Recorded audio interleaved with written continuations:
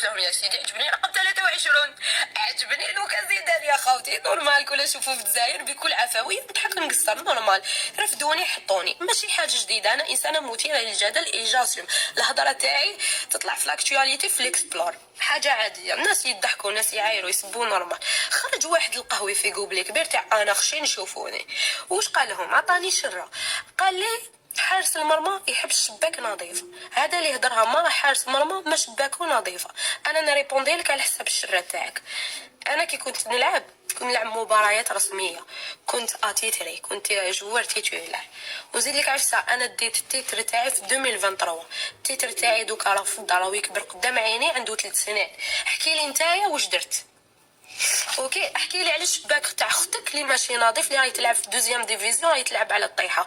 قد ما تكون رخيص في الدنيا هذه وقد ما تحب تبان، ما تبانش بوليه وما تبانش بعرضوليه. ما تسيش تضحك الناس بانسانه باسكو تولي انت الوليه نيميرو 1 في ليستوار. انا كي هدرت وقلت انا نحب رقم 23، انا ما اديت حتى انسان يغنو كان كجبت واحد.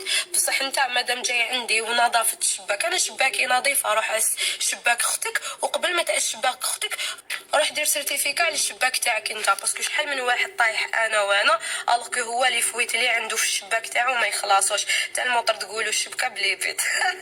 المهم انا درت فيديو